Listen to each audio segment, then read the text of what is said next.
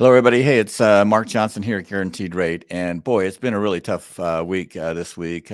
My prayers go out to those who have been affected by the attack by Hamas in Israel, and those who may have family members here. I pray for the innocent victims on both sides, and that's all I'm going to say about that. But in this video, I'm going to break down how the war there is affecting our interest rates. And so for just a quick second, I'm going to share my screen here and show you that last week, which was probably one of the toughest weeks that we saw. Let me just go over here and I'll make this screen just a little bit bigger here. So over here, you'll see that on Friday, which this was Friday of last week. Let me just, let's just draw this here. You'll see that interest rates, possibly what are going to go really, really high there. And it was just a horrible day. And the reason why is that we had jobless or job creations were almost double the amount they expected. They expected 170,000 job creations, and there were like 336 jobs creations. And that's bad for interest rates because the Federal Reserve is looking at job creation and saying, hey, we need to have, people losing their jobs, not creating more jobs for the economy to start to slow down so that inflation will come down. And so we saw that right here. And on last Friday, Monday was Indigenous People Holiday or Columbus Day, depending on what you want to look at it there.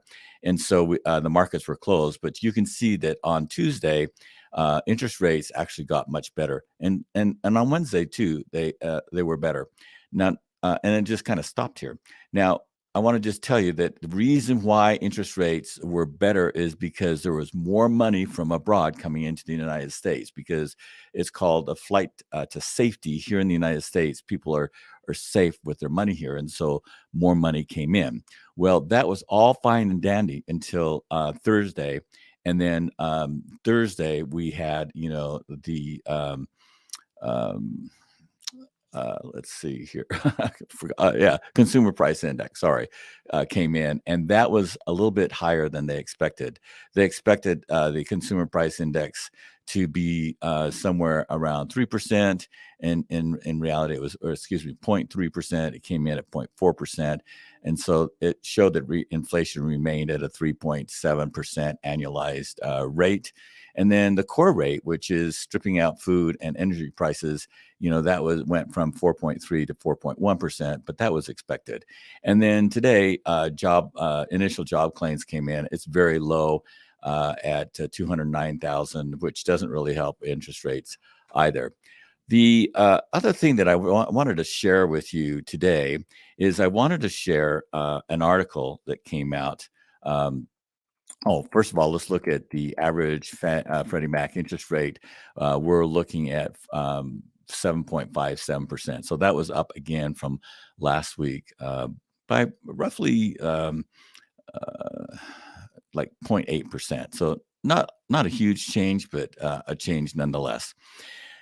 Today, we saw, let's see, let me find the slide here.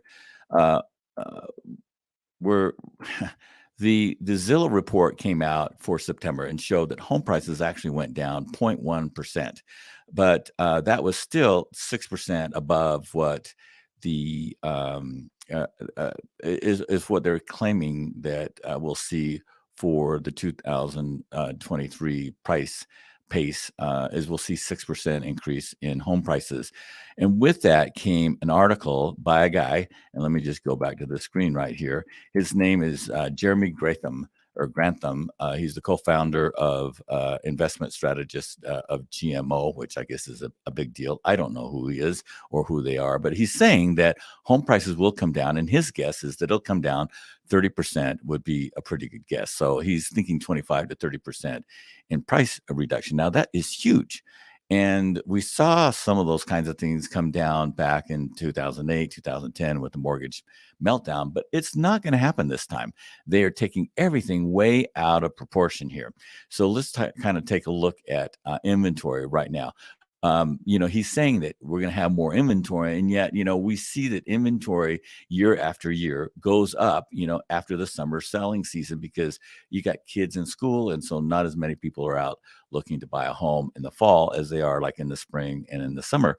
And so that always is an annual thing that's keeping home prices or inventory just a little bit higher in the fall than it is in the spring. And then it's saying that, 6.5.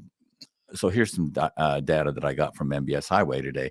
6.5% of the homes had a reduction in sales price. And of course, the media is going to blow that out of proportion. What they got to look at is that 93.5% of the homes sold, they sold at the listing price or higher, and 32% sold above the asking price.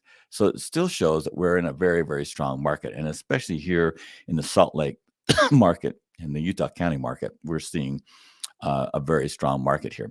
Now, the list to close is 99.4% of the final listing price. Now, it's only been higher in 2021. In 2020 and 2022, it was lower than it is right now. So I guess what I'm saying here is that you're going to see people in the media just publicize and come out with these ridiculous numbers because that's what sells. Um, that's what sells, and that's what people are going to read about. So, I mean, you don't buy papers anymore, but when you're looking online and when you're listening to things like CNBC and other outlets, they're going to take these figures and they're going to blow them out of proportion, and you're going to think, hey, I am scared to death to buy a house. So let me just tell you my take on this. With interest rates as high as they are, it's keeping the numbers of people who would sell their homes low because they don't want to spend $1 zillion when they're already paying somewhere around 3%. They don't want to pay 7.5% or even 8% for a mortgage today when they've got a 3% mortgage on their home, unless they have a real need to sell. And then those people who really need to sell, there are still enough buyers out there that at these interest rates can qualify for the few homes that come on the market.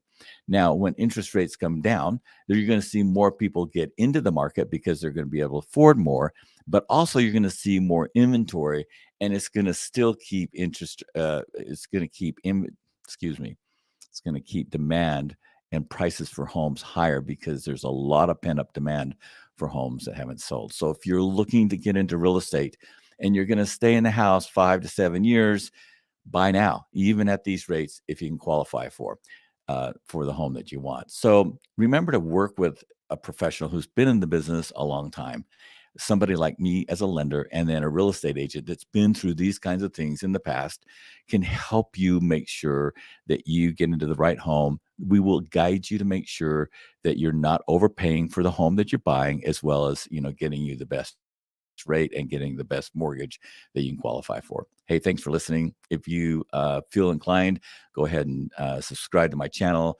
share this video with people, and we'll see you next time. All right, thanks.